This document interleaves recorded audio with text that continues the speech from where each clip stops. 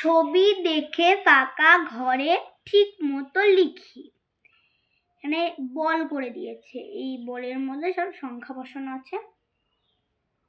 এখানে বসানো আছে প্রথমে 4, 4-এর পর 8, 8-এর পর 9, 9-এর পরে 5, 5-এর পর 7। এখানে বলেছে বড় থেকে ছোট, মানে ছবি দেখে ফাঁকা ঘরে ঠিক মতো লেখো। এইখান থেকে 4, এটা 4, যেটাকে বলা হয় বড় চিহ্ন। ইংরেজিতে গ্রেটার দ্যান, ইংরেজিতে বলা হয় এগুলোকে গ্রেটার দ্যান। এবার এখানে আমার আরেকটা ফুল দিয়ে আঁকানো আছে। ফুলের মধ্যে বলেছে গ্রেটার দ্যান, মানে গ্রেটার দ্যান বড় অক্ষর, মানে বড় ছোট থেকে বড় সাজাতে বলেছে।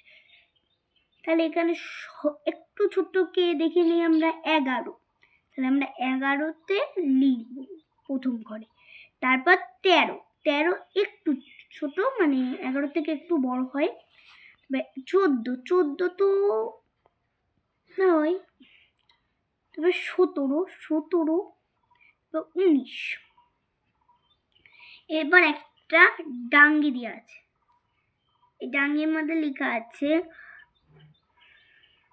29, তারপর লেখা আছে 23, তারপর লেখা আছে 26, তারপর লেখা আছে 21, তারপর লেখা আছে 20, তারপরে লেখা আছে 28।